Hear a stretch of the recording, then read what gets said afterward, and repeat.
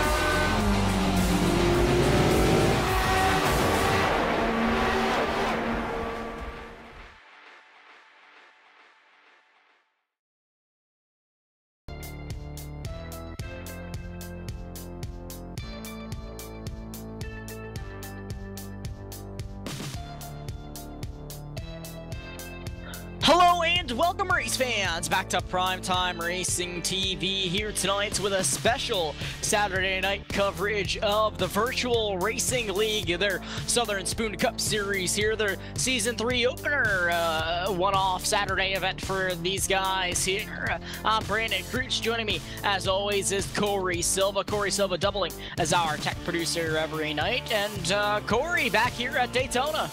Yep, it's another race at Daytona. We had a season opener for the Virtual Racing League, a one-off event here on PTR TV. These drivers are qualifying right now for their Southern Spoon Cup Series event at Daytona. It'll be 75 laps around the Daytona International Speedway for these drivers. Looks like we have about 20 or so in the house tonight, ready for a exciting race. Yeah, absolutely. These guys in qualifying right now, about a minute or so left of qualifying. So far at the top of the board looks to be Steven Turner with a 47.768. We are racing in the daytime, which makes me happy.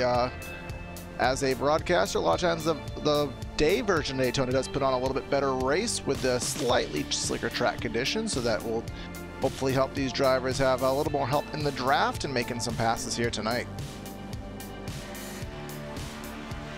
Absolutely, Corey, and looks like quite a few drivers in here so far, so only about 13 drivers turn at a time so far, but a lot of guys maybe don't like to qualify here at Daytona, maybe try to stay out of trouble early. Yeah, most certainly is obviously being at a plate track, it is not out of the realm of possibility to have the big one, so if you start in the back, sometimes you can avoid it. It's an approach that many take, as we all know, but with the timer going off, that will conclude qualifying, and let's get to you, the PTR TV starting lineup here for the Virtual Racing League Southern Spoon Cup Series at Daytona.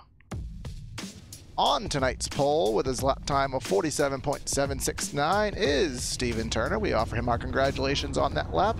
We got Chicasso Ashland in the second position. Timothy Cook in third, John Nelson in fourth. In fifth, we have Trevor Harmon and then Andrew Schmier.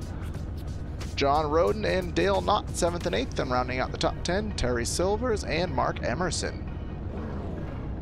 Starting in the 11th position is Michael Blanton. Then it's Bob Cunningham, Kenny Sawyer, Smoke, Ellie Hinton, Eli. Eli, my apologies. We have scripted a couple nicknames in here, it seems. Eddie Trijo, Tanner Webb, William Van Alstyne, Sam DeVentier, David Mott Jr., and rounding out the field is Alec Martinez. Apologies if there was a couple name issues. Obviously, first time covering a league. We're going to have some new drivers we haven't seen thus far. And, I mean, do I have to say, is that number 12 is the Smoke that we know? I don't know if it is, but I guess probably not. Probably not, but we can make ourselves think that and feel good about ourselves, right? But that is the starting lineup here at Daytona. Let's just kind of give you the race format that we will be racing under tonight. We will have a 55% fuel load in these Monster Energy Cup machines, driving with fixed setups. We will have a stage on lap number 40, and we're expecting with the 55% fuel load about 21 to 25 laps approximately on the pit window. And weather conditions at Daytona this afternoon, it's a little bit colder track conditions, 65-degree air temp, 90-degree track temp, no humidity, and no wind whatsoever. So these guys kind of chilling on grid right now. Pace car will be rolling off momentarily.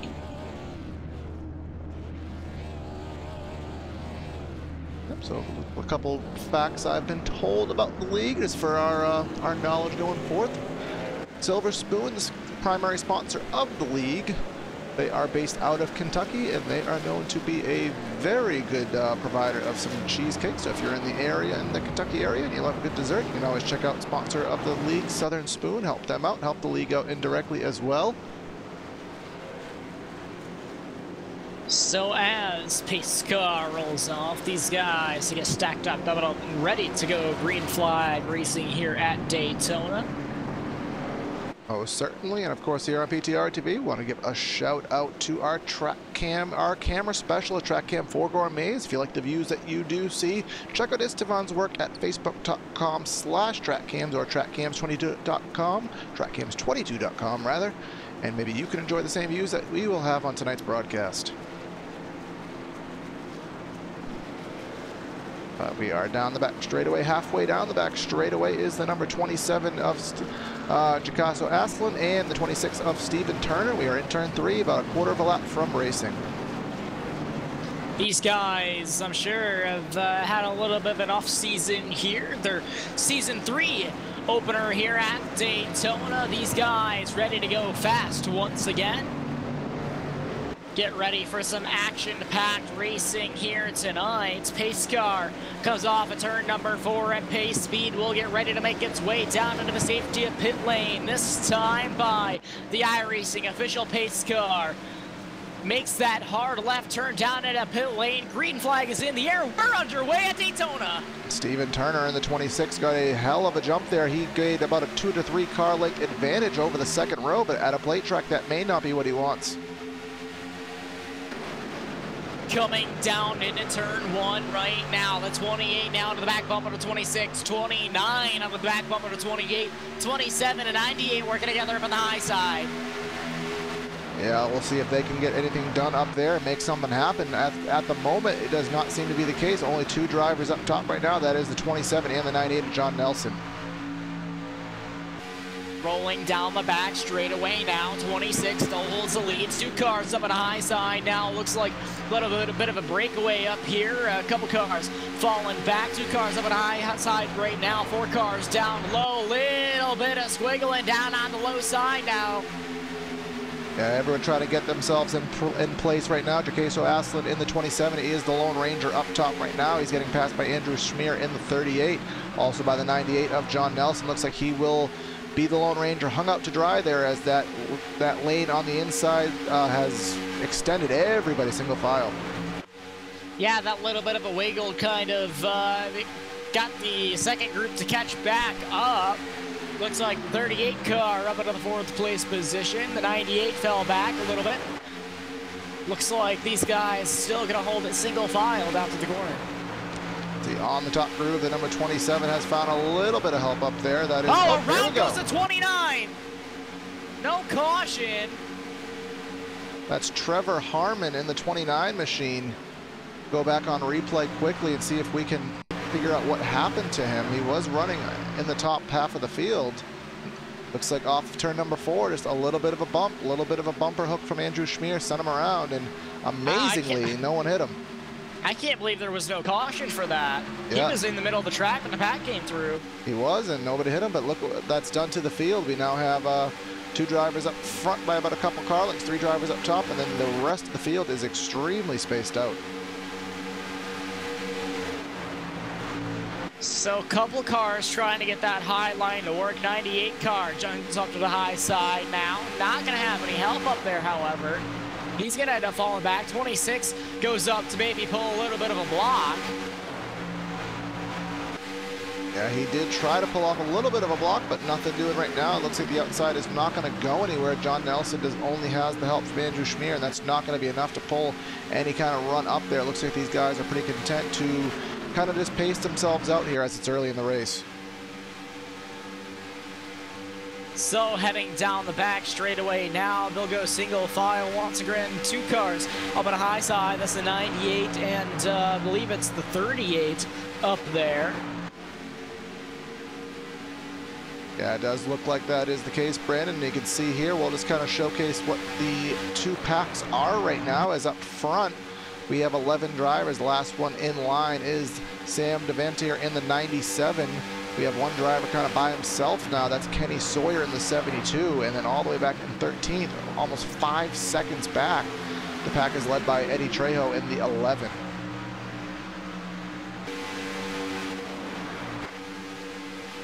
So, looks like these guys have gotten pretty shuffled around since the beginning of this race, other than about the top 2 drivers. 27 trying to make his way back up. Really hard to make positions when you're single file, but these guys, it's a 75 lap race. They're only on coming to lap 6 now. Yeah, everyone looks like they're just being really patient, Brandon, and we cannot really, can't blame them for that. You really just want to you want to just turn some laps, you know, just get this race ran, get to the stage, and then kind of be in good position for the remainder.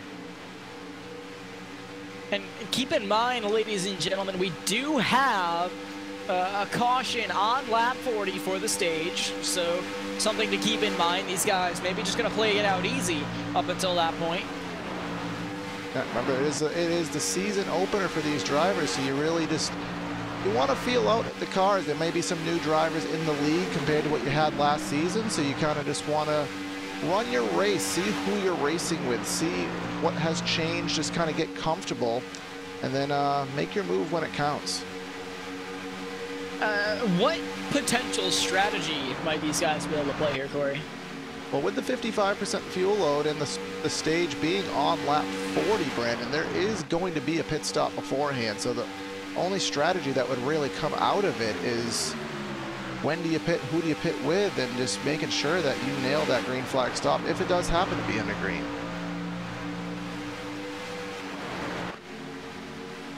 Yeah, absolutely. So looks like we've kind of broken out of the single file a little bit. 2 cars up at a high side. 27 trying to get back out up front. Now 22 making moves up there as well. Well, it looks like there is a little more shaking up going on, Brandon. The 12, as you said, to the outside. The 22 of Mark Emerson. We've seen him before in a couple other leagues on PTR TV, I do believe. And the 27 of Ashland having a lot of connection issues there. That's going to make Emerson's life a lot more difficult, trying to push him on the top groove. Absolutely. 38 was up there for a split second, but now he jumps back down to the bottom. These guys kind of getting freight trained on the bottom side right now. Terry Silvers in the 23. He has managed to get into the 3rd position right now, so good run for him. John Roden in the 96 has gotten into 4th, and looks like that 2nd pack, Brandon, has gotten single file. I don't know if they're gaining quite yet. We'll have to follow that. They are 4 3/4 seconds back at the moment. Yeah, it's going to be hard to judge. I know once these two cars here drop back into line, because it's bound to happen eventually, these guys will probably be a little bit faster than the second pack, but right now, it's hard to judge. Well, right now we can actually pull up our PTR battle tracker. We can versus the 11th place driver, actually the 11th place driver.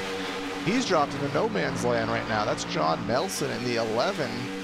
He's about 6/10 off the pack, and I think that is just at the edge. If anything, he's out of the edge of the draft, so he probably will fall into the clutches of that second group of drivers. Yeah, absolutely. It looks like he's pretty, he's still got a sniff of their draft, but yeah, he's going to be falling back quite a bit at that point, probably all the way to the second pack. But up front here on board with Timothy Cook, you can kind of see the visuals from behind that number 28 machine. He has Terry Silvers in the 23 right behind him, and see everyone just kind of running their own little line right now and trying to just, I guess, get sorted out here, just kind of get into a rhythm and prepare for pit stops. Absolutely, and these guys kind of saw what happened there with the 29 machine early in this race, got turned around. No caution flag flew, but, you know, obviously just the slightest bit of contact with these cars can send someone around. So these guys just single file, kind of riding it out. They know that they've got a stage caution on lap 40, so just trying to play it out up until then. Yeah, most certainly, and this is the second race of the night, second consecutive race for these drivers tonight. Virtual Racing League runs a truck series that literally concluded right before this cup race, so I'd have to imagine some of these drivers already ran a race tonight, and if they did, maybe they just kind of have more patience now and just try to get to the end of it. Yeah, absolutely, and looks like there was some 2x2, still is a couple of side-by-side going on back there, but those guys, they're not really gaining or losing right now. They've fallen back quite a bit. I do expect them to fall into line here eventually, so nothing too exciting going on right now. Yeah, I think the 27 of Ashland up there, he does have a little bit of connection issues. It looks like the 38 of, who's that, Andrew Schmier, took a look to the outside. I wonder if he will be indeed going up there trying to make something happen. He doesn't really have the position yet, but he took a look and he will drop back into line. 28 machine stepped out up high, and I don't think that was a move up high. I think he may have gotten tight off the corners. Handling of these race cars is going to be an issue tonight, Corey. At Daytona, of all tracks, sometimes over the course of a run, you can get a little bit tight here, as you have to put a little more wheel into it than you would at, say, Talladega, just due to the nature of the speedway. But I don't expect anything overly drastic, but it is something that could happen. Couple of side-by-side going on back there, but nothing major yet. 38 jumped out, now back into the bottom groove. And that's something that, if you want to help the top groove, something that we see a lot of times is the top groove is not an instantaneous thing. It takes some help, and it takes multiple laps to get that momentum sustained up there. So they're going to need some drivers to really commit to it to make it work as good as it can. Right now, we just have the 27 of Ashland and the 22 of Emerson there. I don't know if they're purposely running it or if they're just kind of stuck up there at the moment, but they've been up there for quite some time and obviously no progress made.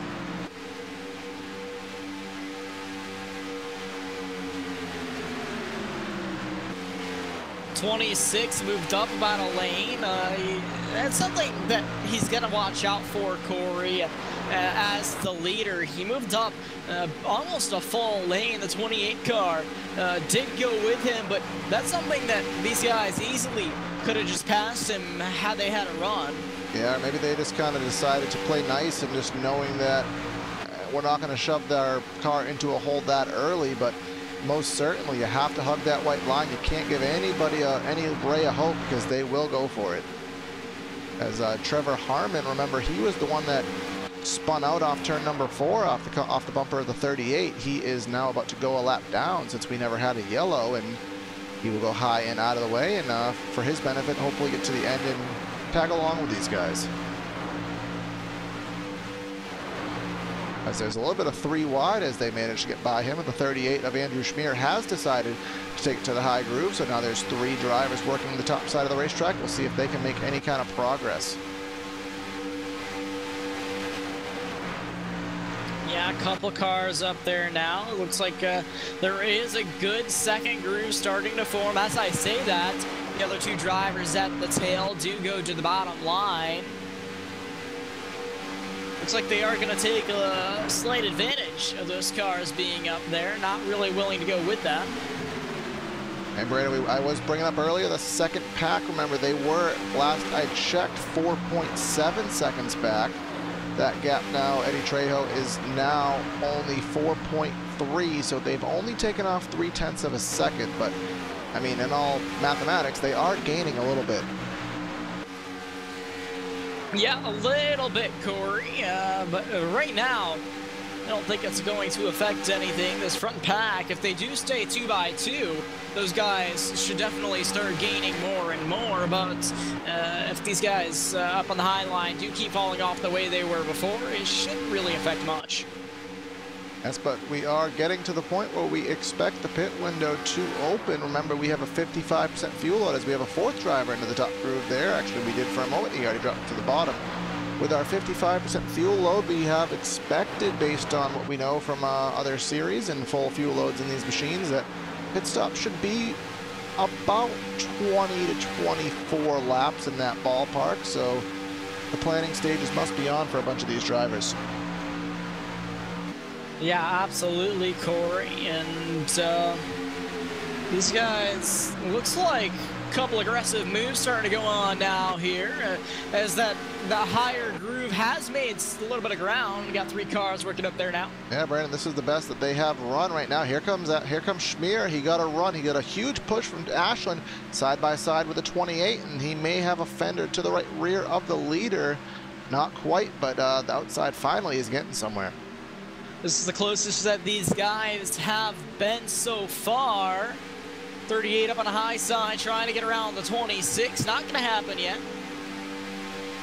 And they're now dropping back just a little bit, but they have the best position that they have had so far. Still only 3 of them up there. It's 3 versus 7 to the inside groove, so they still are at a disadvantage, as we do have another car in front of these drivers soon to go a lap down.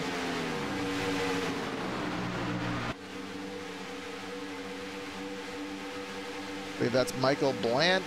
Yeah, Michael Blant in the 24. He has a whole mirror full of leaders, and there they come to the top of the racetrack. He's holding his lane. Oh, around goes the 28 in the middle of the pack. Caution is out. More cars collected. The 28 is around. Oh, man. Hard hits down on the bottom of the racetrack. Timothy Cook, Dale Knott, 97 of Sam Devantier. Huge accident here on the front straightaway. Let's go on PTR TV replay. Check out our blip cam and see what we can figure out. See, as everyone is on the top side of the track trying to get by the 24 machine of Blanton. Looks like the 23 of Terry Silvers got into the left rear quarter panel of the 28. And that is ultimately what happened. Let's see if we can get a different look maybe from an onboard here. Unfortunately, it looks like either way that would have caused a wreck, Corey. The 23, he had so much speed compared to the lap car of the 24, but yeah, he was, you know, so it looks like Silvers had a run under the 28 coming, and then as he had to move up the track to clear the lap car in a little bit of a 3 wide, I don't think the 28 realized how tight of a situation it was going to be, and just there was not enough room left. So with that being said, caution on the speedway. Yep, and this is right around the time we expected green flag stops to start, so that'll happen a little bit earlier than expected, but pretty good timing for most as here we come down pit lane.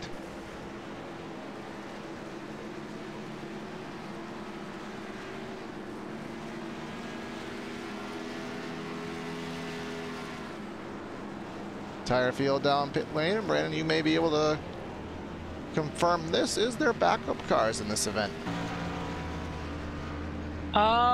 Yes, there is, Corey. They do have one available. All right, so that will most certainly come in handy for many of these drivers, as they will have one reprieve, one chance to pull out the backup car after a significant wreck, so that'll get them back into the action.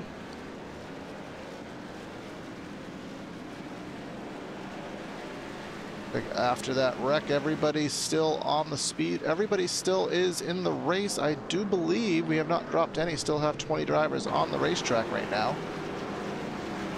But we will take this opportunity to go to the first commercial break of the race. Stay tuned to PTR TV. We'll be back with you for the restart. Stay with us.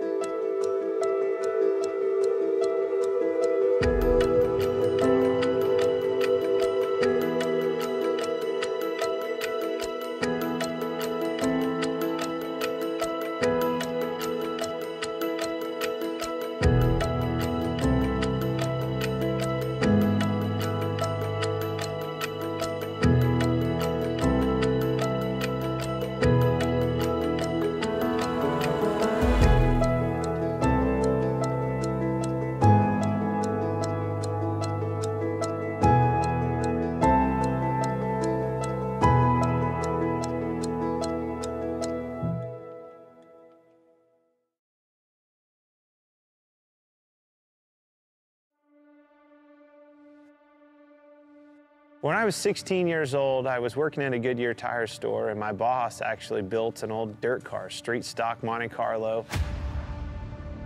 Went with him one night, fell in love with it. It was a hell of a race, hell of a party, and a big fight afterwards. I was like, this is it. This is it for me.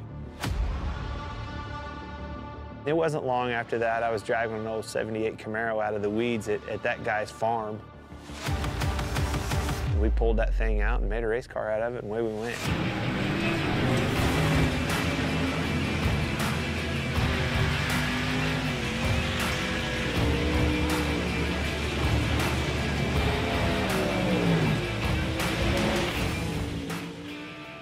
You know, I think a driver has more to do with the equation going back and racing dirt, whether it's a modified, a late model. You can do more with the race car. You know, the harder you drive it, a lot of times, the better it goes. You can crawl up on that wheel and feel like you made the difference at the end of the night.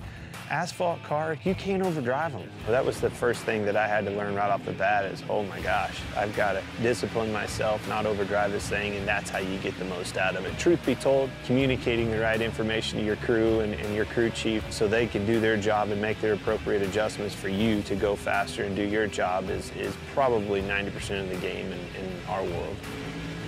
I've always loved late models. You know, my dream was to be a late model driver driving for a living across the country like Daryl and Don do that drive for me. I mean, that was, truth be told, that was my dream, you know.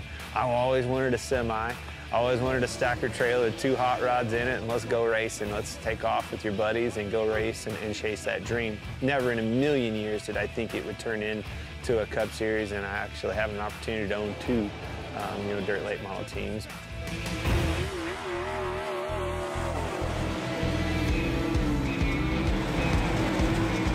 When you think of iRacing, you don't think of a video game. It's not. It's way above and beyond any of that.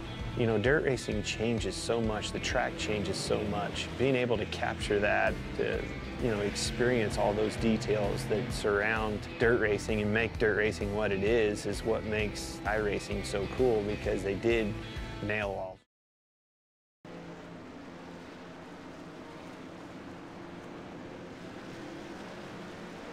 And welcome back to PTR TV for tonight's coverage of the Virtual Racing League, the Southern Spoon Cup Series, Season 3 opener here at Daytona International. We just had the first caution of the race for a big pileup off of turn number 4, but the backup cars have been pulled up for many drivers, pit stops have been made, and we are half lap from some more green flag racing.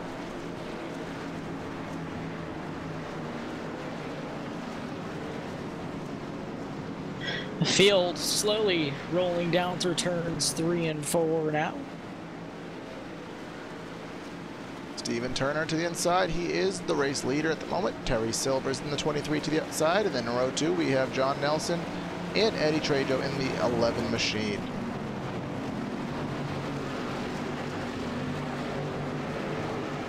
Pace car ready to make that hard left turn down into pit lane once again. 26 on the pole for the restart. Now 23 to his outside. Pace car is off. Green flag back in the air. We're underway once again. And I'll tell you, the top three really got single file extremely quickly, did they? The 26 of Turner, Silvers, and then Nelson in the 98, all single file. And we are going to be single file as the 11 of Trejo gets to the inside as well. Heading down through turns 1 and 2, now 26 takes the lead once again, holds the lead once again, I should say. These guys starting to get single file once again. This time has one big pack, but we do have about a 3-car breakaway up front. Yes, we do, Brandon. And remember, it's going to be a 15-lap shootout till the stage caution on lap number 40, so you will most likely see these drivers really getting it, the intensity turned up towards the end of this run. Heading down through the trial bowl now, these guys, looks like it's just riding still. Remember, we still do have that stage on lap 40, Corey. Yep, so we'll have 15 laps to go to get to that point, and we still have 19 drivers on the lead lap. Mark Emerson in the 22 is well out of the picture now with his damage, but back to the front of the field. And here we go, turned on the back straightaway. 41 around. It's David Mott Jr. Couple really hard hits to the inside, no caution. Not yet, but I think it's going to come out right now. There it is. Go back on PTR TV replay. See what happened to the number 20. I'm sorry, the number 41 machine. Looks like it happened off of turn number 4. On the back straightaway, rather. I can't talk right now. He had some contact made from, I believe it was the 97, and look at the 97 actually hit the inside wall extremely hard. Yeah, a couple of really hard impacts back there I saw. So I'll try to go on board for a second with the 97 and see. Yeah, the 41 kind of wiggled below the apron there for a moment, and then that got a little bit of a corner hook into him from the 97, and then the 97 got turned from behind. That threw him in the wall. So we will be under the second caution of the race here on lap number 26. Not sure if we will see pit stop, seeing as we just had them a couple minutes ago. Only ran about 2 laps, and everyone is good till the caution on lap number 40 for the stage. So perhaps some damage to be repaired from some of these drivers, but I wouldn't expect anything from the front runners.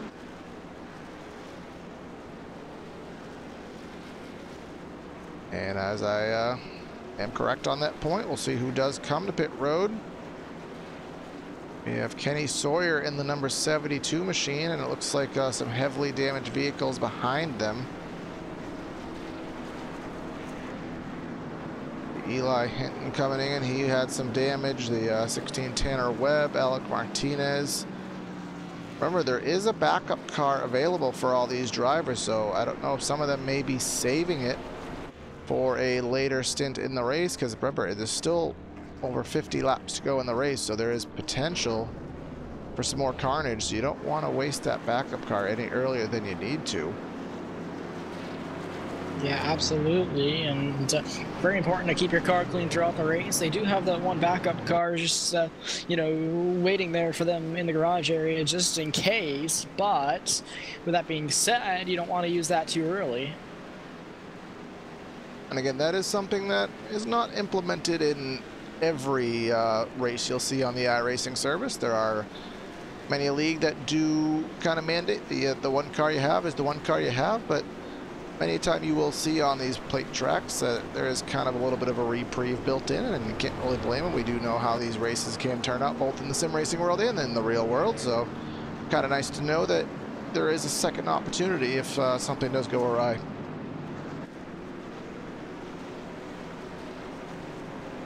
So as we see the field back slowed down behind the pace car, back under the yellow flag here tonight.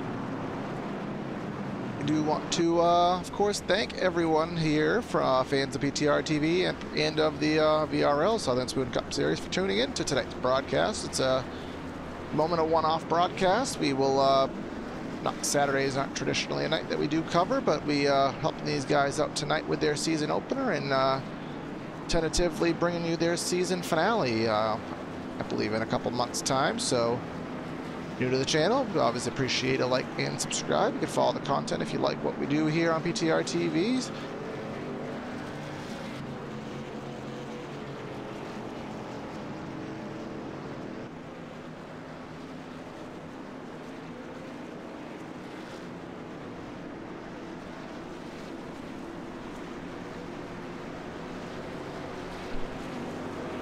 Race summary so far. We have, this is the second caution of the race. This is the 6th lap of caution of the 27 completed so far, and surprisingly, I mean, I haven't really noticed it, but we haven't had a single lead change so far. Steven Turner has been out front for all of the 27 laps that we have completed so far. He's been, he had a really good jump on the initial start, and same thing with the restart there, so able to stay out front, kind of able to drag all of these guys single file behind him. And on the iRacing service, the Monster Energy NASCAR Cup machine is not the easiest machine to draft with. It takes a lot of finesse, a lot of knowledge with the draft, and a lot of really well timed out moves to make passes. So a lot of times the leader, if he doesn't know what he's doing, which the 26 seems to do so, he really can control the field.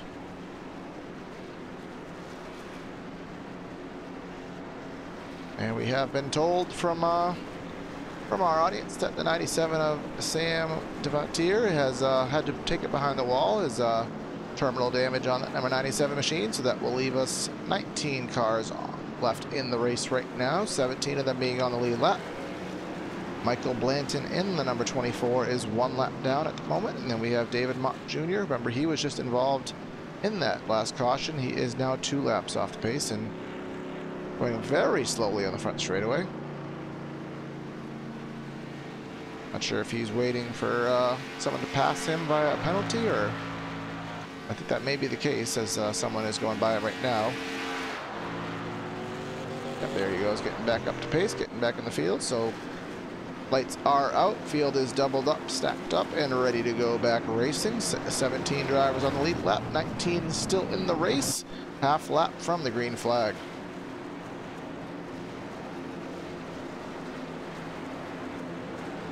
Field rolling down the back straightaway behind the iRacing official pace car, and see if Turner can get the same restart here.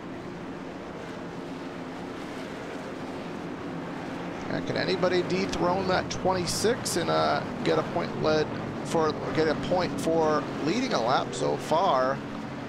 Nobody has done so, but we'll take another stab at it. Terry Silvers to the outside with the help from 96 of John Roden, and then to the inside, Steven Turner has the help from the 98 of John Nelson. So let's see what happens here as we take lap number 30 here tonight at Daytona. Through the tri-oval we come, awaiting the pace car to step into pit lane and allow us to get this race back underway. Green flag back in the air. Here we go, back green flag race, and Steven Turner on the loud pedal. 26 gets the jump once again. 23 tucked behind his back bumper. He's riding up in a high lane right now. Now dropping down low side once again.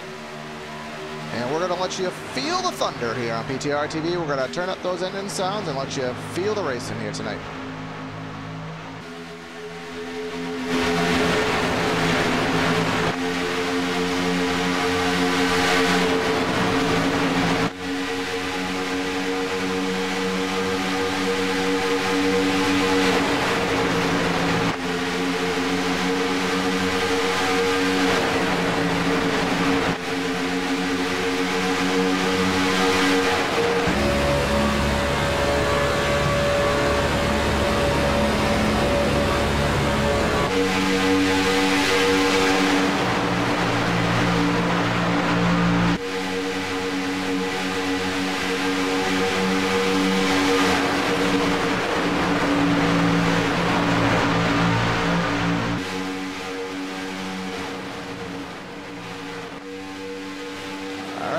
like that new segment that we have been introducing here on PTR TV. Seems to have got some positive feedback, which is nice, but looks like everyone has managed to get themselves single file here for the first at least about 8 positions, and no one was able to take the lead away from Steven Turner, so he will continue his perfect race.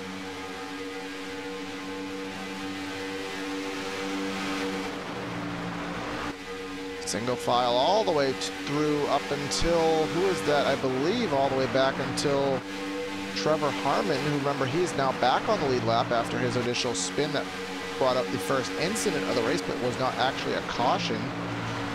And then a little bit of a gap back to Eli Hinton in the number 13 machine, but he should be well able to keep up and hold on to the draft. But I'll tell you, someone who very shocked he's able to hang on to these guys, Mark Emerson in the 22. That thing is extremely tore up, but he's hanging on in the draft. Yeah, absolutely. But yeah, quite impressive actually looking at it. But nevertheless, everybody seems to be single file once again, starting to split up into 2 packs one more time here. And we are still expecting the stage caution that is on lap number 40. So these drivers, I'm assuming, will kind of crank it up towards the end of the segment and try to get those pivotal stage points that will carry on throughout the season, I'm assuming. Something that we have been notified as well. Here, top 2 right now, Steven Turner and Terry Silver. They are teammates, those 26 and 23 drivers. So having 2 teammates leading the pack, that's going to make everyone else's job significantly harder to get a run by them. Yeah, absolutely. And we do see one car trying to go up to the high side. Not gonna help. Nobody's going with him. That is the 62 of William Van Alstine, and looks like he took a move up there. He took a stab at it, and let's just say nobody bit. Let's see if he can get in the line behind the 11 of Eddie Trejo. Doesn't seem to be able to, so you can see that long conga line of cars to the inside. He may be out to lunch if he can't fill in that gap. Looks like he's left out to dry on the high side. 26 still out front of this thing, trying to hold his lead out here. He's led every lap so far.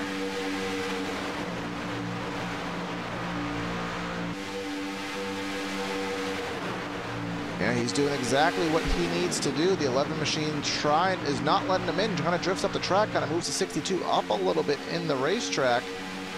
So that will not help his cause to get in line. He's trying to force his way down there, and nobody's biting, but oh, he might have a little bit of help to the outside now.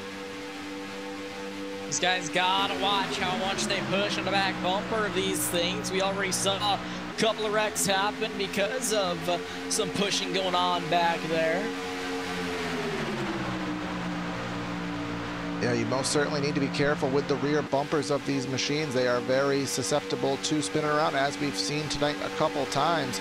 Looks like to the top side of the racetrack, it is the 62 and the 11, and they are not hooked up at all, which will not help them in their endeavors to get to the front, and there should only be about 4 laps to go in the stage.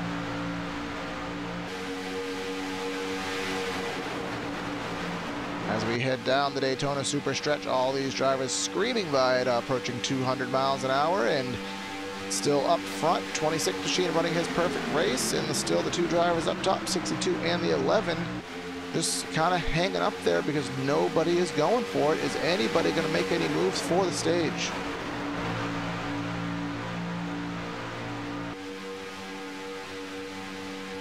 Our answer we'll find out pretty soon, and looks like there is some drivers who are peeking out of line just a little bit, trying to see if anybody will help them, but at the moment nobody is calling for it. Everyone is just kind of maybe content with their position, is kind of waiting the caution and maybe going for it after the fact, but we'll see what happens as we go down the back straightaway. Looks like someone taking a look to the outside again, but he will think better of it and go back in line.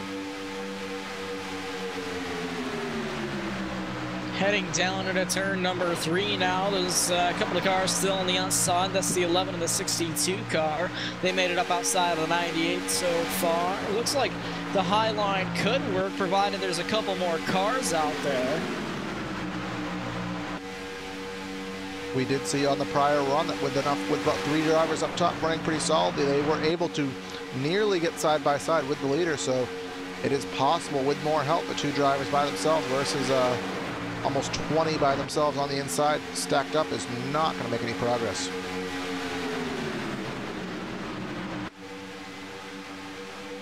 The fields for Daytona, Corey, I must say, is pretty spread out here. Yeah, I think everyone is just being really cautious right now, Brandon. That's what I'm expecting. And it looks like still a couple drivers maybe taking a look to the outside here. We may finally have something going. A lot of pit stops right now. Latter half of the pack is coming to pit road here right before the stage break. So that is an interesting strategy call.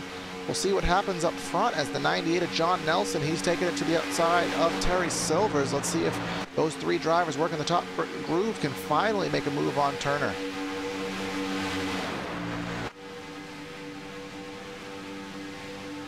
They're down the super stretch here yet again here on lap number 39. The stage will be on lap number 40, so we'll await that caution anytime during lap number 40 when the administrators do call it. But we come through turns number 3 and 4. The 98 is alongside of Silvers, but not alongside the leader. I don't think that's going to be a battle at the moment, but they're doing the best they can at the line. It's still 26 and the 23, 1 and 2, and that is the stage caution. So the end of stage 1, the stage 1 winner will go to Steven Turner in 26 machine, leading every lap so far. Yeah, I think that title will finally come to an end, Brandon, because remember we saw, I believe it was about 7 or so drivers take it to pit road on 2 to go right before the pits presumably closed for the stage. So everybody is going to have to pit. Turner, Silvers, Nelson, and company, and that'll finally, I believe, put Turner back in the pack.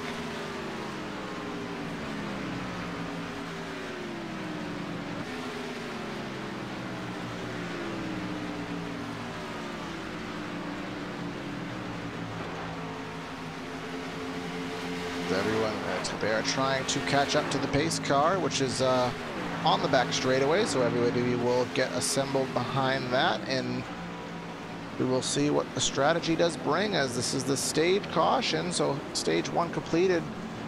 Victory for the stage has gone, as we kind of called out, to Steven Turner, and we will have 34 laps to go. We should have about probably 30 to go once we go back green flag racing, and kind of an interesting dynamic as well, Brandon. If this does go green, they will still need to make another pit stop in stage 2.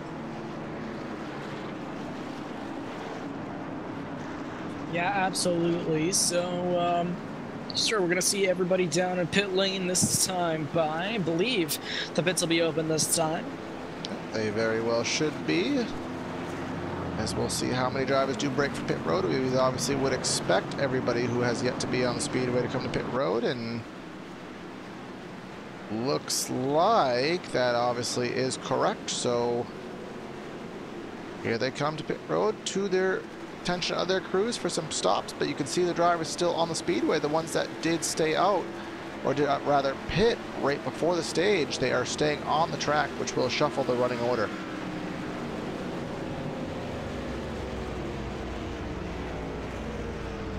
See what the strategy is for those. I'm expecting, since we're under caution, it would be a very good time to take 4 tires and fuel, get that thing completely gassed up, tired up. That way on the next pit stop you will have to make, you could probably pull some strategy on that one.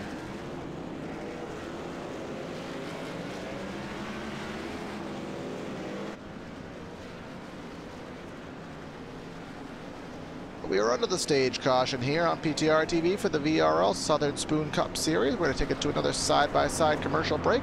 We'll be back with you for the restart and the start of stage 2.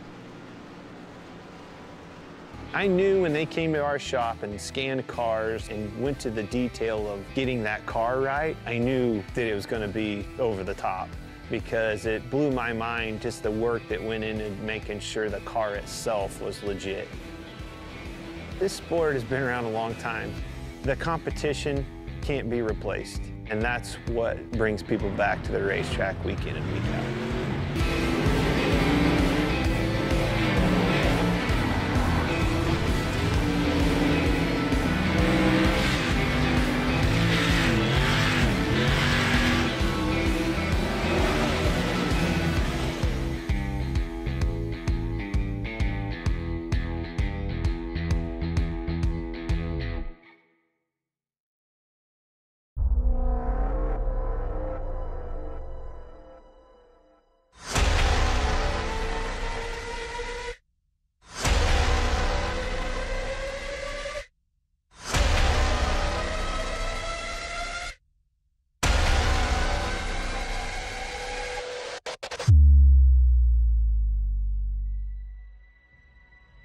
The car behind me is my Chili Bowl midget, the one that I won the Chili Bowl with.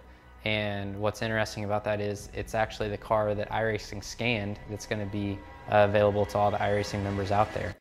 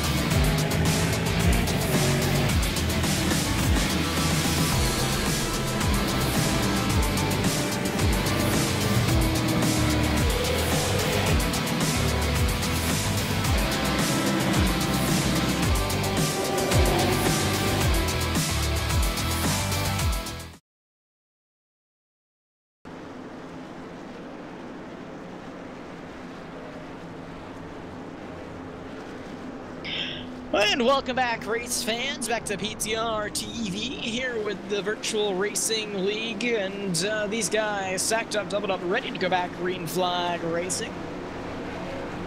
Yeah, this is the start of stage 2 that we are under right now, and for the first time today we have a different leader because there was a couple differences of strategy, some drivers pitting before the stage. Now Eli Hinton in the 13 is leading the race.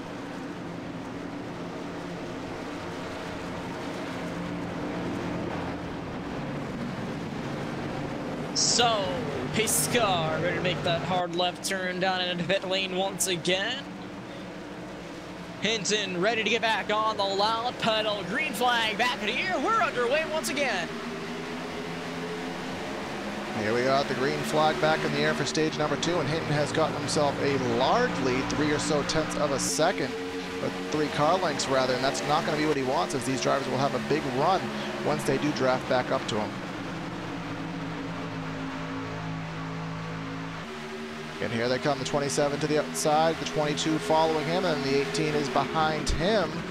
So we have dual 2x2 racing up front right now. A little bit of connection issues in the 27 car. Hopefully that does stabilize out, but here we are, side-by-side racing for the lead. Heading down into turn number 3 this time by the 27 machine. Falls off. Looks like these guys going single file racing once again. Still, this will be 30 laps to go in the race. We do expect one more pit stop, so take that into account when we are following the race in these driver strategies. But our prior leader who led the entire opening 40 laps of the race, Steven Turner, he's now in the 5th position.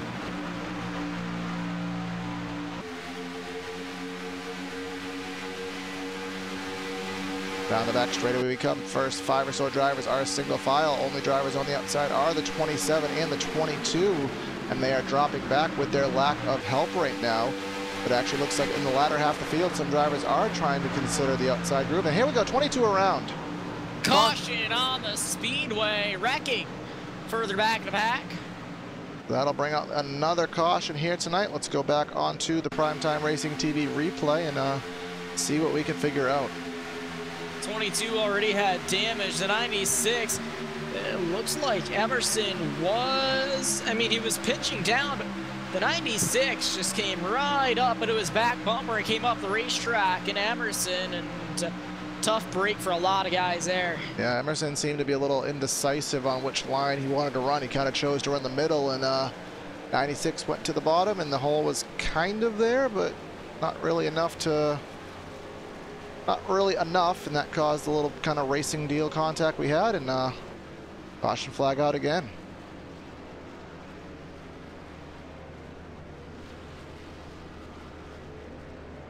So these guys get lined up back behind the iRacing official pace car.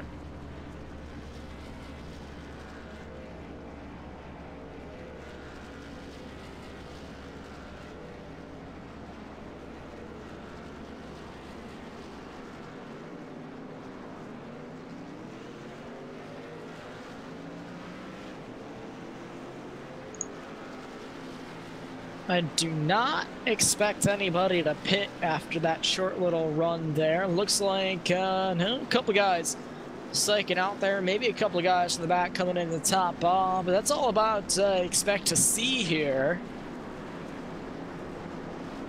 So these guys will stay under pace speed.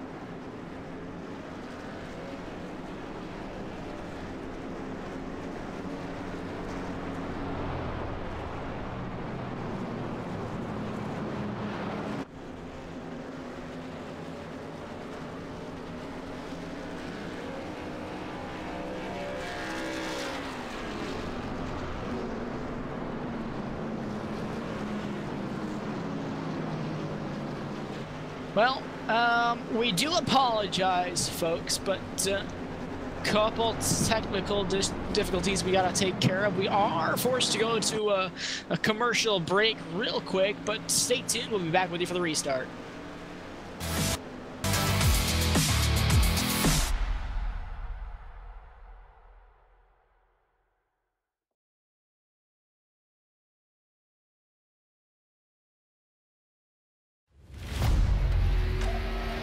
The yellow flag is out. Pit road is now open. Keep your eye on those gauges. We'll give you 4 tyres. 3, 2, 1, now.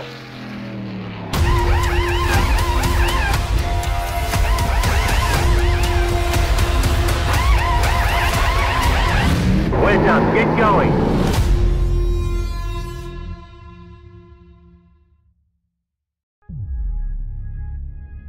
I grew up in Northern California. My parents were just really big race fans and took my sister and I to, sprint car races pretty much every Friday and Saturday night.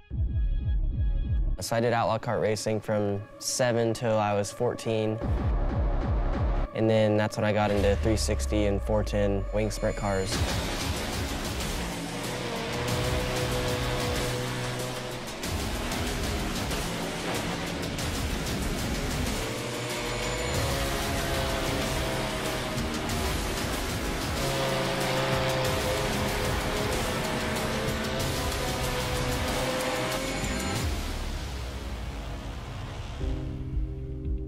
There's just something about dirt racing that's just, you can't get anywhere else. I enjoy going back to race them whenever I can. I get to run about 20 to 25 dirt races a year and try and you know, put on a show every time I'm there. Battle for the lead. Kyle Larson to the inside of Shane Stewart. Slide job, no. Larson unable to complete the pass. He'll follow Shane Stewart down the back straightaway. Stewart makes the move to the inside of Craig Kinser. Kyle Larson goes around the outside out of turn 4. You've got a new race leader. Kyle Larson from 9th leads on lap number 23.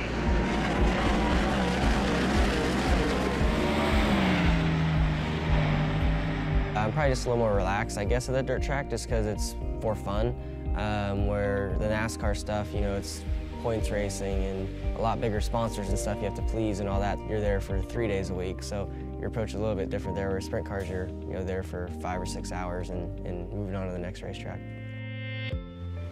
So I've been on iRacing, I think, since 2009 or 10. Yeah, I remember, starting out, I mean, as a rookie on there, you know, in the Legends and the late models and stuff like that. And that was fun to, you know, have to try and get your licenses up and stuff. But it's amazing to me how, now that I get to race on a lot of the tracks that are on there, how to the T, similar because of the laser scanning and stuff like that. So all the bumps and, you know, all the visual aspects of it are very good. So when I first got to like K&N and then the Nationwide Series at the time, I would race iRacing all the time to, you know, learn as much as I could about the racetrack before I went to the actual racetrack to race. So to me, it's just for fun now. So I enjoy going on there. Actually, I don't enjoy going on there all the time because I don't win a lot. So it's frustrating to see myself struggle to run top 10 in an Xfinity race or something like that and get beat by Logan Seavey every time I run a sprint car. So the level of competition on iRacing is better than real life. I mean, you've got thousands of drivers on there that, you know, a lot of them are probably better than the people you see on TV. They just haven't had the opportunities to make it, but can kick butt on there, and you can spend all day long running thousands of laps a day, so you can get yourself, you know, really good at it. So competition level is just unbelievable, really, on there.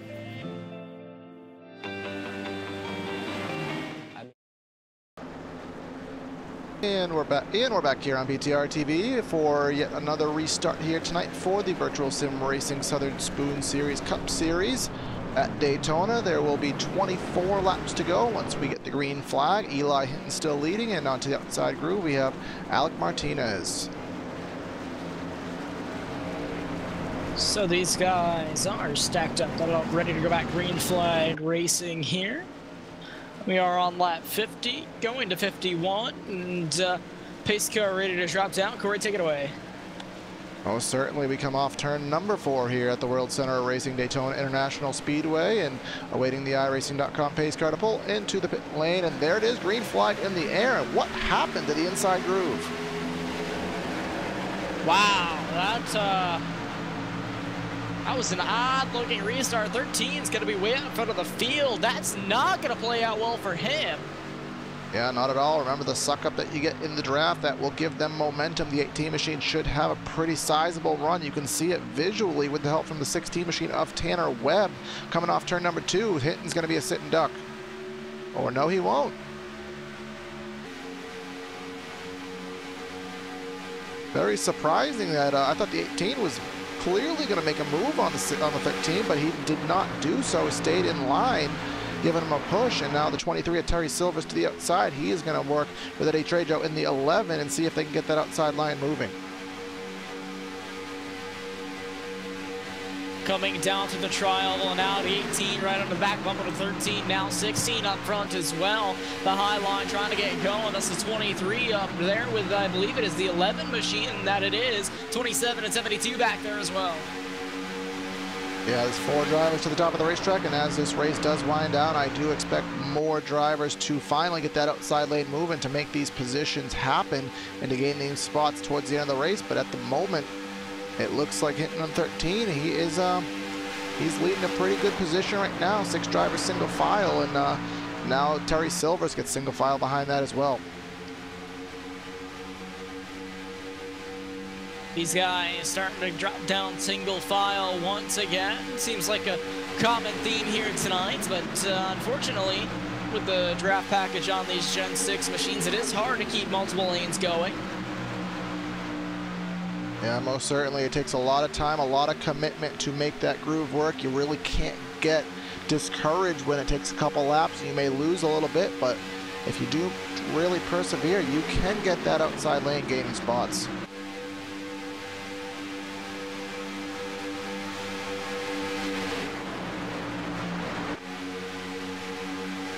Looks like everybody has gone single file. About the top 10. Chicasso Ashland in the 27. He was the first driver encountering a side-by-side battle as Eddie Trejo. Remember, he was leading the top group, but Choo Choo all the way to the back is the 11, now back to the 13th position. He may drop back a little further. How'd that reference go? Choo Choo all the way to the back of the train. Put it on a t-shirt, Brandon. Put it on a t-shirt. Maybe I will. So this is lap number 54, 20 to go. We'll be approaching this time by, and remember, there's still should be a pit stop. Actually, I'm almost certain of it. Especially up front, Hinton, Martinez, Webb, Schmier, Turner, etc. They've all run double-digit laps, and we only expect about 20 to 25 maximum being a pit stop run on the 55% fuel load we have. So 98 upside down. John Wilson. Oh my. That's a caution. Go back here on Primetime Racing TV replay. Big wreck. Upside down went the 98 machine. Yeah, from the blimp cam, we'll see what happened to John Nelson in the number 98. See, he had the 62 to his outside, and that was just a good old-fashioned hook in the right rear and barrel rolling, and then the 62 of Van Alstyne also spun to the inside. So we will be under caution yet again here at Daytona.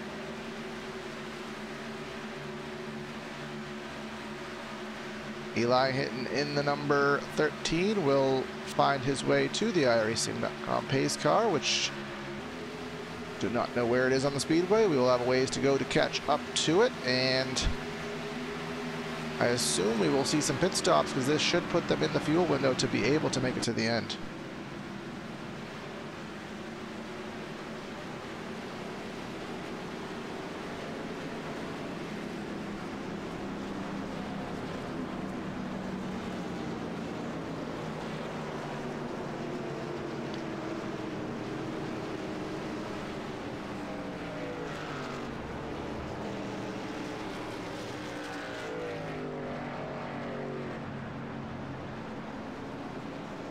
We are on the 5th caution of the race, 16 laps of caution. There will obviously be added to as we still have some more to complete.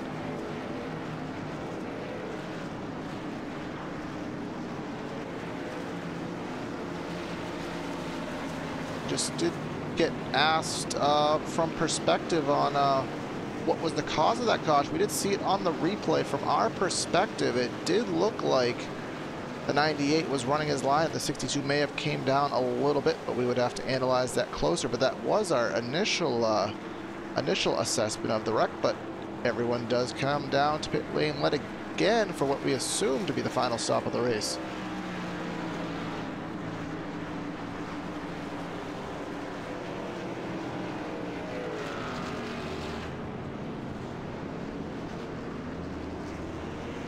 See what the strategy is off of pit lane. See who does manage to get the run off pit lane. It looks like the 13 should be the first off pit road. Looks like everybody just did fuel only, maybe 2 tires on their stops.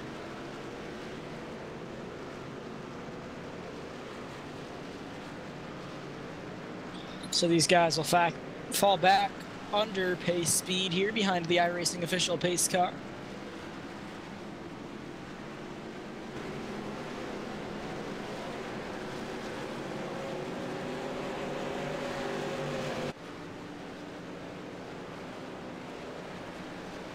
Looks like we'll just do a quick through the field rundown here of the drivers still on the track and where they are in the field in terms of their lap positions. Right now, Steven Turner being scored as the leader. Looks like he did beat the 13 off pit road. It was not by much, I can say that. Eli Hinton back to 2nd. Tanner Webb is in 3rd. Chicasso Ashland, sorry if I am saying that incorrectly, is in 4th, and we have Terry Silvers in 5th. Alec Martinez in 6th, Timothy Cook in 7th, Kenny Sawyer in 8th, Andrew Schmier in 9th, and then John Roden in the 10th position. And then rounding out the field, Michael Blanton, Trevor Harmon, Eddie Trejo, David Mott Jr., and William Van Alstine in the 62 is the last one being scored on the lead lap right now. I don't think with that car looking as it is, he will be able to stay on the lead lap, but he is at the moment. And then out of the race, behind the wall right now, John Nelson after that wreck. Bob Cunningham is in the pits, still scored on the racetrack, but 1 lap down. We have Dale Knott in 18th, who is 2 laps down, still being scored on the racetrack though, so he may be able to get back out there. And then Mark Emerson is off the track, and Sam Devantier is off the track. Those were the 20 drivers that started the race. Still have the good portion, the good majority of them still in the show. Yeah, absolutely. So, looking back at it, Corey, 26 machine back up here in the lead. Yeah, he's where he has been all race, minus that little bit of a stint there. We know he knows how to lead the draft, and his teammate Terry Silvers in the 23 is not on his back bumper, so he won't have that kind of lifeline behind him. But I think he has the position and the skills to keep it up there.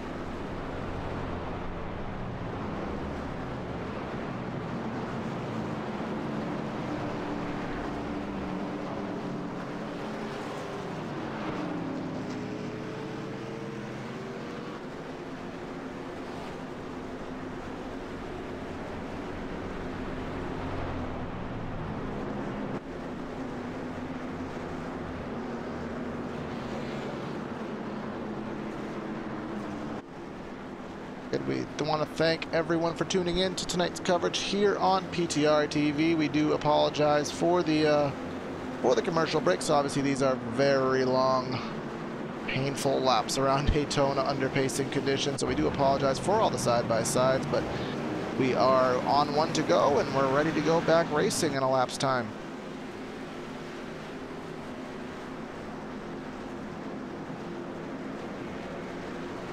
These guys stacked up, doubled up, ready to go back green flag racing. The field slowly rolling around Daytona behind the iRacing.com pace car. I would like to quickly apologize on my end, ladies and gentlemen, that not really feeling the best tonight. My voice is shot and I've got a sore throat, but I'm trying to hang in here for you guys. And you're doing just a great job, Brandon, per always. We know you're not, yeah, I can't even complete my sentence, so just, you're doing a good job. We'll leave it at that. I can't seem to spit out words. English is hard. It's probably the worst commentary I've had in quite a while, so I would like to apologize.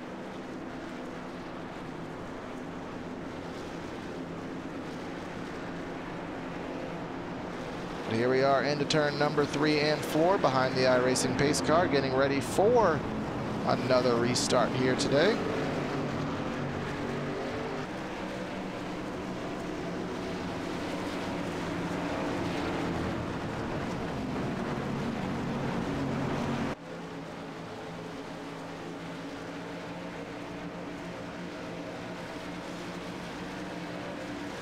Here we come off turn number 4. The 26 is back in a familiar position in the lead. 13 to the outside. Pace car is in. Green flag back in the air at Daytona. Pretty even restart that time by 13 machine up on the outside. 18 dives back, and now it's only 2 cars up on a high side there. Now the 27 gets left out all by his lonesome. 13 machine able to clear for the first time against the 26 here tonight. Yeah, very impressive bit of driving for the 13. He will put himself ahead of the 26. First actual pass on the track. Someone cleared the 26, so we'll see if he's able to hold that position. At the moment, he is seeming to do so. The outside lane is nowhere near formed yet, so he has 5 drivers behind him, single file formation.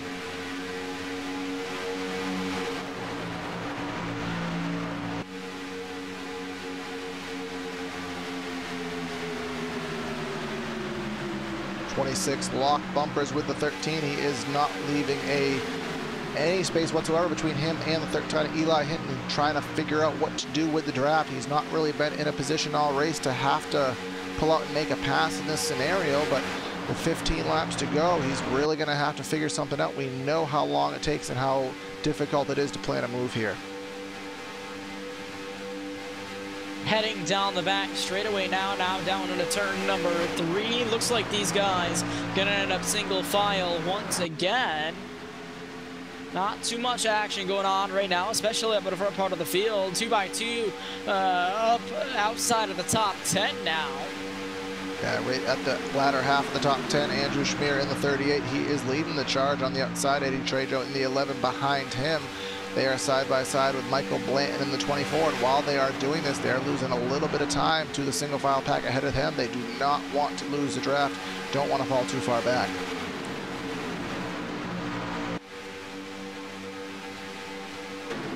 Down the super stretch we go yet again here. 14 laps to go in the books. Top 6 drivers, single file. A little bit of double file racing at the end of the pack there. And then a little bit of a gap as we may be losing some drivers at the end. Kenny Sawyer, Mike Harmon, David Mott, and Chikacho Aswad are kind of falling off the back of this pack, but I believe they are close enough to stay with him.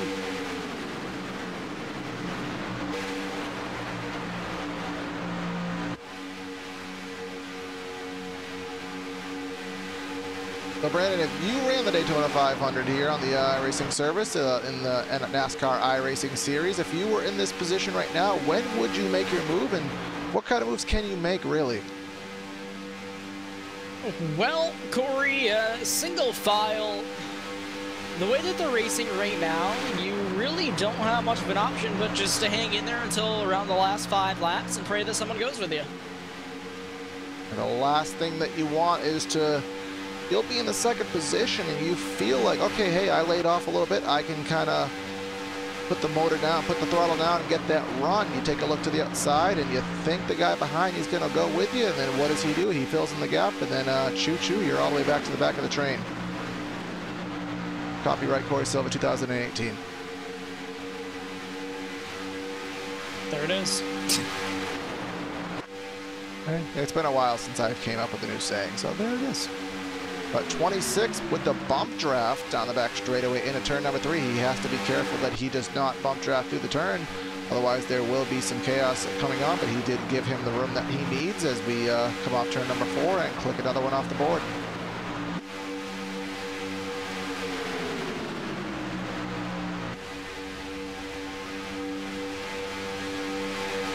$11 laps to go, and deals have to be being made throughout the pack on team radios, I'm sure, with these drivers. We have the top 10 all single file. We have the entire field single file, although there is a little bit of gap between the packs. Sorry for that quick screen flash, folks, but we are down the back straightaway yet again. It looks like a little bit of a look to the outside was the 16 of Tanner Webb, but nothing doing. No, not quite yet. Looks like these front 4 have kind of broken away from everybody else, Corey. Yes, they have, and it just looks like at this point it's really going to take an extremely powerful move to make something happen. You're going to really have to have a deal made well ahead of time, I do believe, to get the position that you're looking for. It just seems like it's just really hard to pass tonight. Yeah, absolutely, and looks like maybe a couple of these guys looking for a way around. I don't know, 26 is peeking out for air. He's peeking out to try to make a move. 16 moves up to the high side now. It looks like the 18 gonna go with him, but those guys will quickly drop back into line. 16 moves to the outside once again. Now the 18 goes with them. They're gonna be 2x2. That's the 16 of Tanner Webb. He goes to the outside. 13 goes up to block. 3 wide. He gets left out in the dust. 2 cars up on the high side, now 3 cars down on the low side. 13 left out to dry. Yeah, he's the meat in the sandwich right now. 16 to the top, 26 to the bottom. He's still hanging on by himself. Tight quarters racing, 3 wide at Daytona down the backstretch. 3 wide racing now, just just like that, ladies and gentlemen, was single file not even half a lap ago. And now these guys are going to be 3 wide, close quarters, racing the 13, still getting sucked down in the middle, the 18 to 16 working together. 28 machine kind of bounced off the apron there a little bit in 3 and 4. You have to watch out for that because that will toss you up the racetrack. Top 2 are now clear. Steven Turner back in a familiar position in the lead. His teammate Terry Silver's behind him, but the 13 of Hinton trying to work that outside. He's not done yet.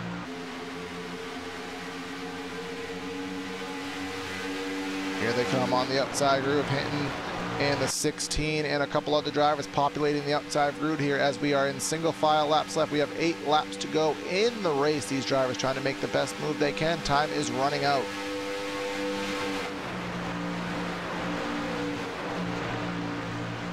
Remember, here on iRacing, we do not have green-white checker finishes incorporated into the simulation, so we call it the iRacing cutoff lap. If there's a caution with about 5 to go or later, the race will unfortunately finish behind the pace car, so these drivers have to keep that in mind, have the best position they can, because you never know if the race will end early. Yeah, absolutely, Corey. These guys starting to race harder and harder now, just a handful of laps to go. Hinton in the 13 has dropped back as the outside has lost its momentum. These drivers not really making that work anymore. Let's see if anybody does from the top 3 or so decides to pull up there and make a move. Looks like these guys going back to single file racing now. 26 of Turner still out front. 23 behind him. Steven Turner led 46 laps of this race, 47 of the 70 that we have run thus far, so absolutely dominating performance, but this is the time where these drivers are going to start going for it. 6 laps to go. Season 3 opener, Virtual Racing Week. Car in the wall. Caution on the speedway. These guys. That's the big one, and I don't know, Brandon. I don't know if we're going to get back racing or not. This is going to be a really close call. They may get 1 lap, Corey. I believe that's what it's going to be. Well, let's try to figure out what happened here on replay. Go to the trusty blimp cam. And we're following turns 1 and 2. The 13 of Hinton kind of came down into the right rear quarter panel of the 62 of Van Alstyne, and I don't think he was ready. I think maybe he was thinking he was clear or he was going to get a break, but he did not get that break, and we can ultimately see the end result.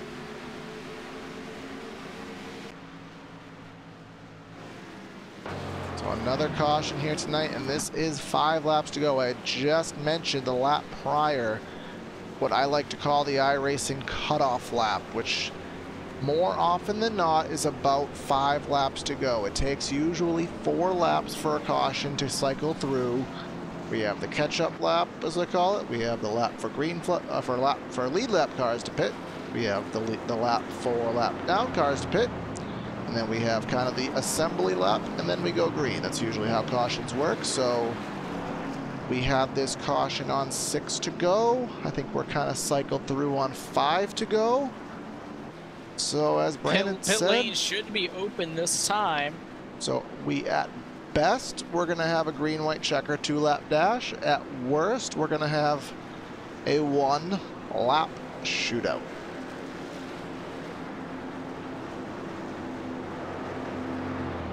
And Brandon, how many good things in life have ever came from a 1-lap shootout?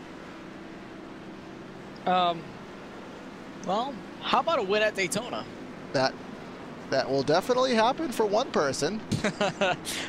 Whether or not everybody else is gets what they want out of it is to be determined, but we are. If I'm some of these guys, I think with a 1-lap shootout, I'd be happy to make it back to the line. Yeah, I mean, remember, with these Monster Energy NASCAR Cup machines, we're not going to get up to full song until midway, if not 3/4 of the way down the back straightaway. So you're really not going to have much opportunity to make something happen.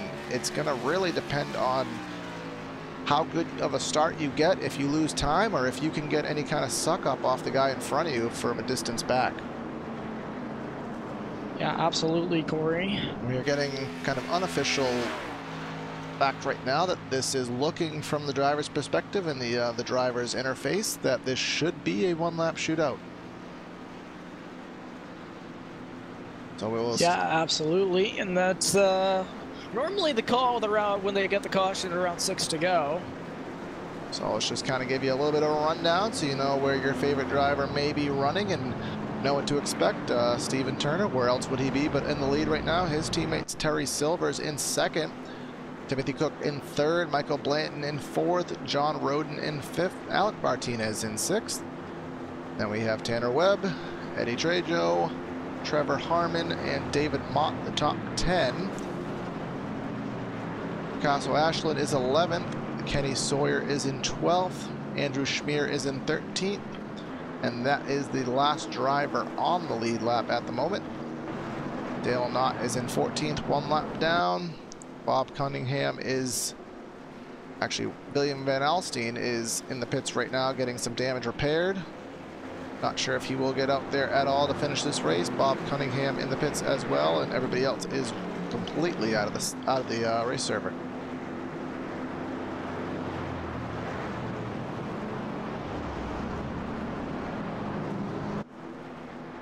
So these guys back rolling around Daytona at about 80 miles an hour behind the iRacing official pace car. We should get a one-lap shootout.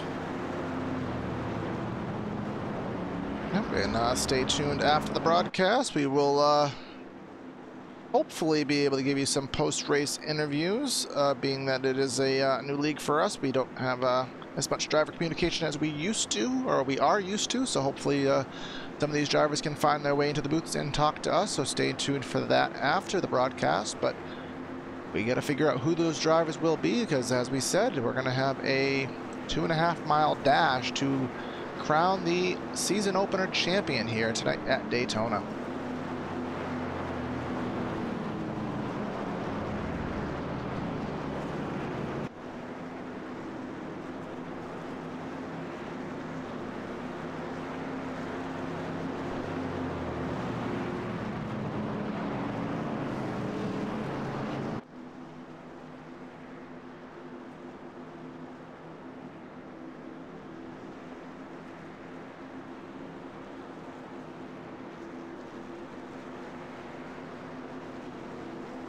Let's see, we should see the lights on the pace car go out as we will take 2 laps to go. The pace car should turn the lights off and give us the 1-lap shootout we are expecting, and that is indeed confirmed. So take your picks, because I mean, I'm gonna be the lame Jane and take the 26 as my pick, but you never know what can happen in a 1-lap shootout.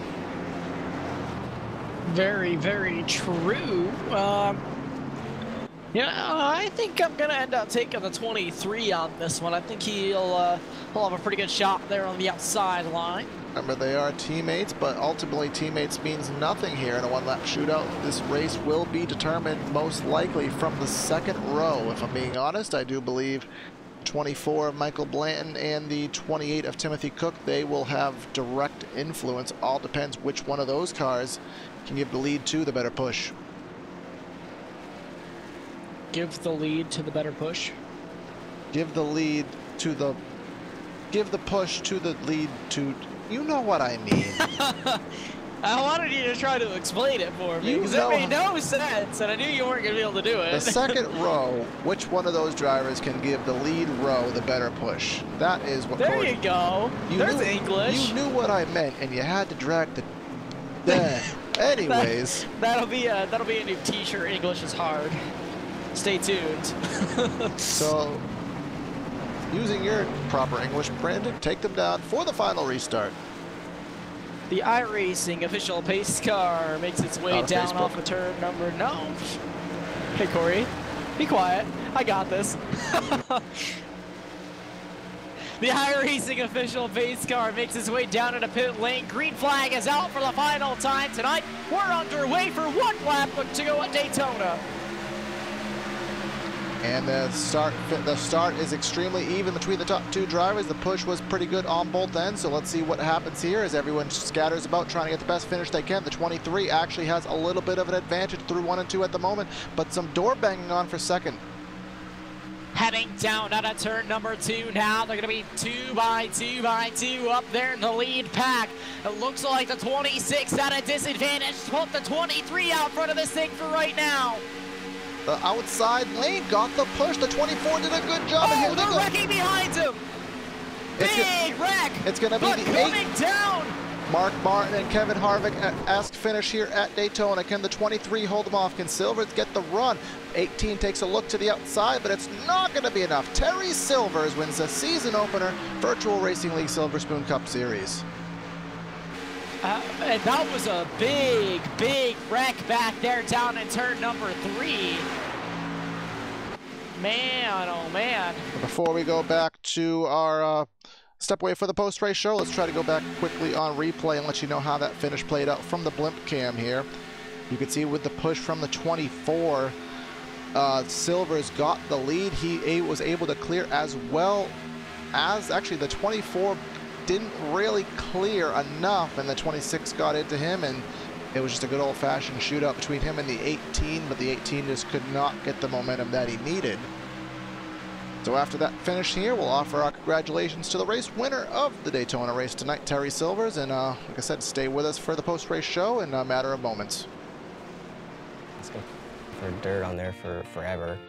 So when they announced it, I got really, really excited. And honestly, it's blown my expectations away.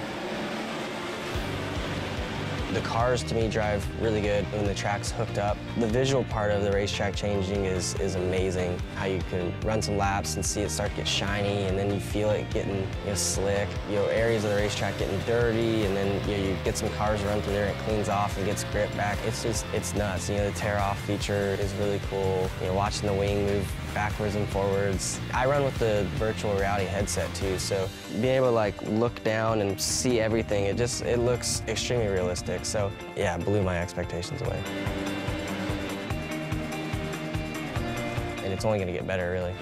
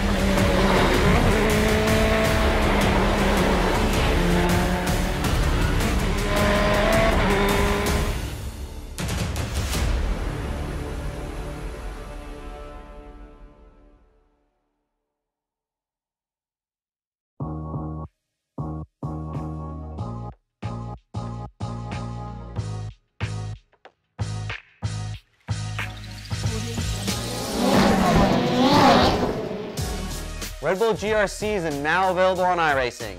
I personally put my blood, sweat, and tears into this thing, developing the cars, the tracks, the dirt, making sure it is authentic as possible, and I really think you guys are going to love it. The best part is that this 600 horsepower Volkswagen Beetle is free to all members. So get signed up now and come race me online.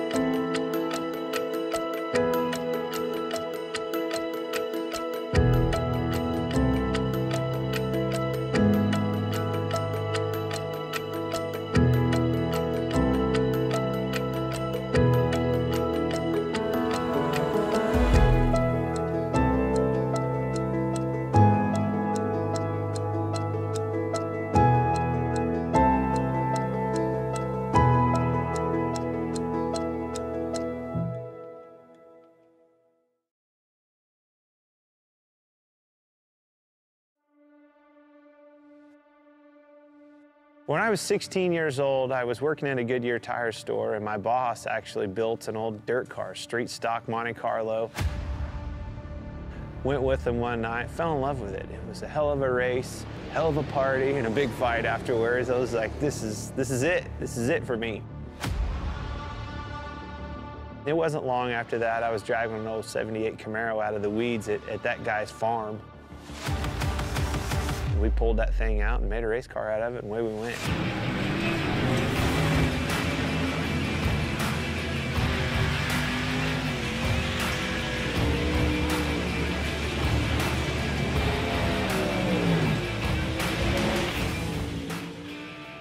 You know, I think a driver has more to do with the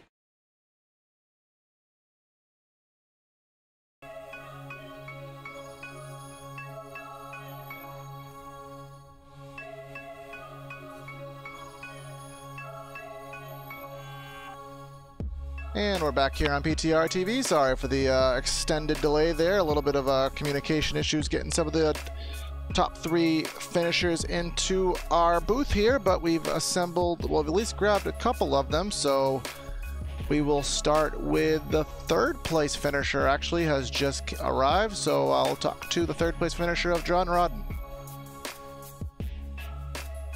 All right, John, you took home a 3rd place finish here tonight in the season opener at Daytona. We saw a good amount of wrecks and we saw a lot of single file racing, but a very interesting single lap shootout at the end of the race. Talk about how your race went overall and how that last lap went for you. I was pleased with it. I just tried to stay behind my teammates and stay hooked up, stay on the bottom, because I don't think the top was going anywhere. Yeah, with all the incidents we had, was there any close calls, or did you have to pull out the backup car at all tonight? Oh yeah, I got into one. I think Marcus and I got together and had to pull out the backup car, and then missed one big wreck. Went through the middle. I don't know how I missed that, but it felt good. Teammate first, and we run up front all day. It was a good day. Yeah, so we know obviously with the plate tracks, they are it's kind of a crapshoot here. You came out on the positive end of it. You got a podium finish. I'm sure you have some sponsors or teammates, someone you want to give a shout out to tonight. Well, I'd like to thank my teammates first of all. I mean, my son, he races on our team. He was not in it tonight. He's the one that actually got me started doing this stuff, and Vibes helped me out. Steve-O, Tim, all of them on the team. They've given me pointers on what I need to do, and it's the best finish I've had so far running with all this bunch, and I just appreciate all the help. Yeah, 10 for me. You did a great job tonight. You finished 3rd, so again, congrats on your finish, and thanks for talking to us. Yeah, appreciate y'all broadcasting. Thank you, sir. All right, and now Brandon will talk to the 2nd place finisher of Alec Martinez. Down here with Alec Martinez, your 2nd place finisher tonight. And Alec, just climbing out of the race car, how do you feel? Yeah, I feel good. The car, M&M's, number 18 M&M's Toyota Camry was fast. I got to thank all my sponsors, M&M's, PRD, Joe Gibbs Racing. We had a fast car. It's just when we had that last lap shootout, I knew it was going to be crazy end of it, and you know, I think I'll take a 2nd with that. I mean, if the track was a little bit longer, I think I could have got up to Terry and maybe passed him or challenged him.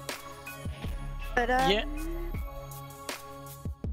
yeah, so you end up coming home with a 2nd place finish here tonight. Why don't you tell us a little bit about the ups and downs that you had here tonight?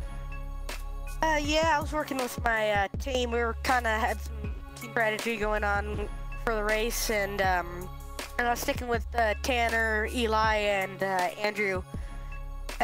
We all had an alliance there where we could have where we were working together, sticking together for the whole race until the last few laps. We just got caught up in it, and some stuff we fell to the back, and then.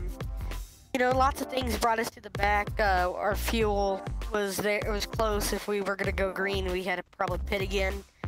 But all in all, I'll take a 2nd with that. But you know, I got to thank most of my team for actually helping me getting up there to the front.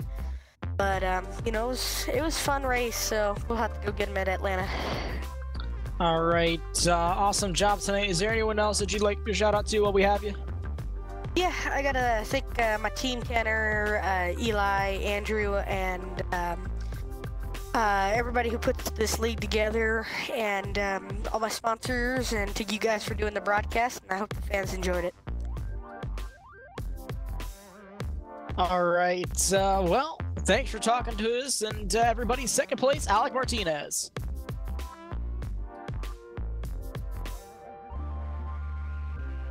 And also down here with me is your race winner, Terry Silvers. Because I am streaming live.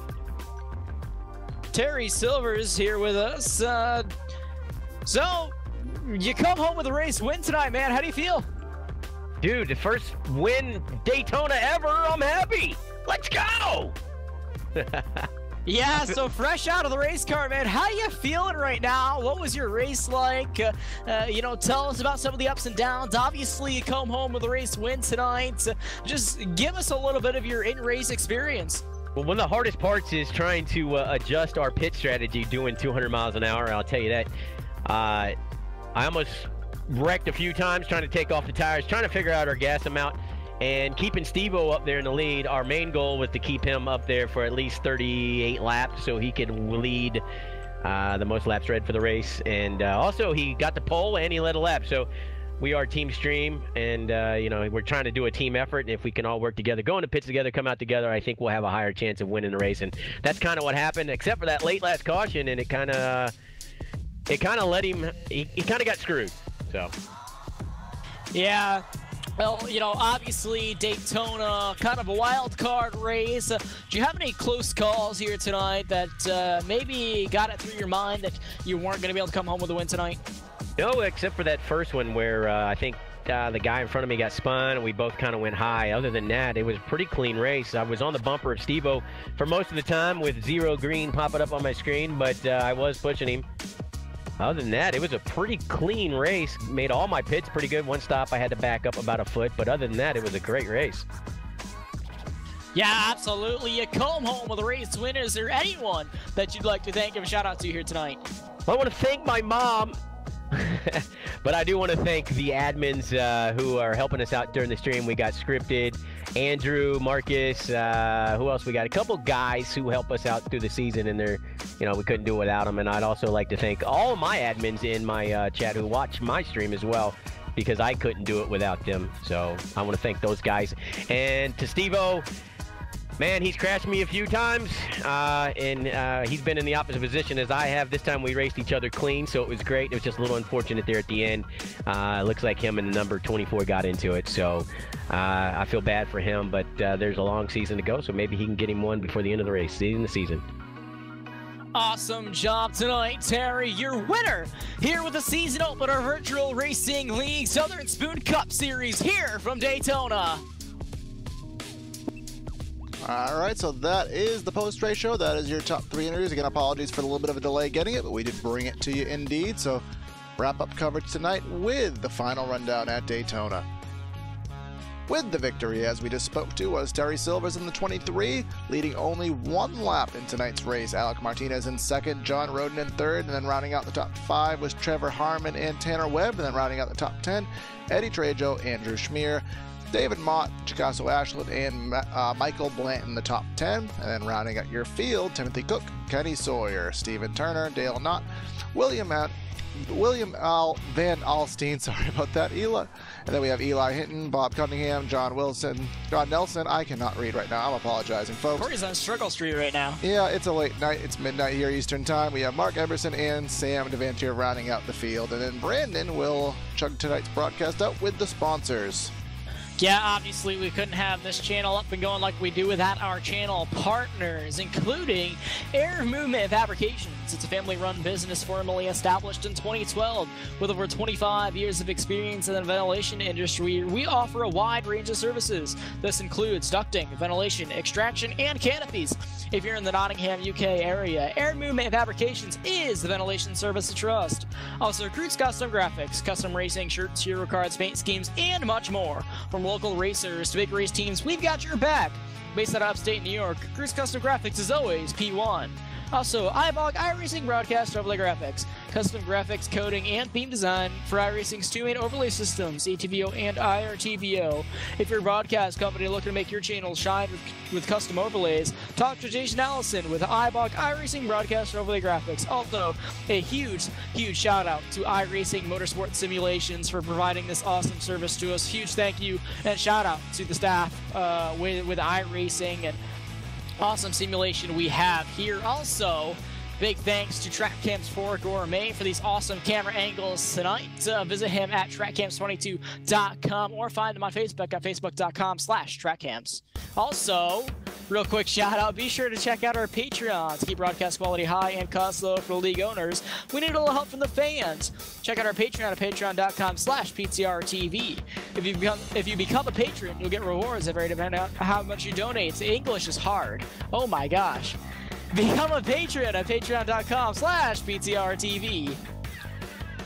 Yeah, our outros tend to be a little long-winded, so a little bit of a struggle on the English language, but we managed to bring it to you. It is Saturday, It is Saturday night / Sunday morning here on PTR-TV, a one-off with the Virtual Racing League Southern Spoon Cup Series. Hope you enjoyed tonight's coverage. Like and subscribe if you like our content and you want to see more of what we do here on PTR-TV. We bring you content Mondays, Tuesdays, Wednesdays, and Fridays. So stay tuned for more action on PTR-TV. Have a great night, everyone, and we will catch you next time. Have a great night. Catch you next time.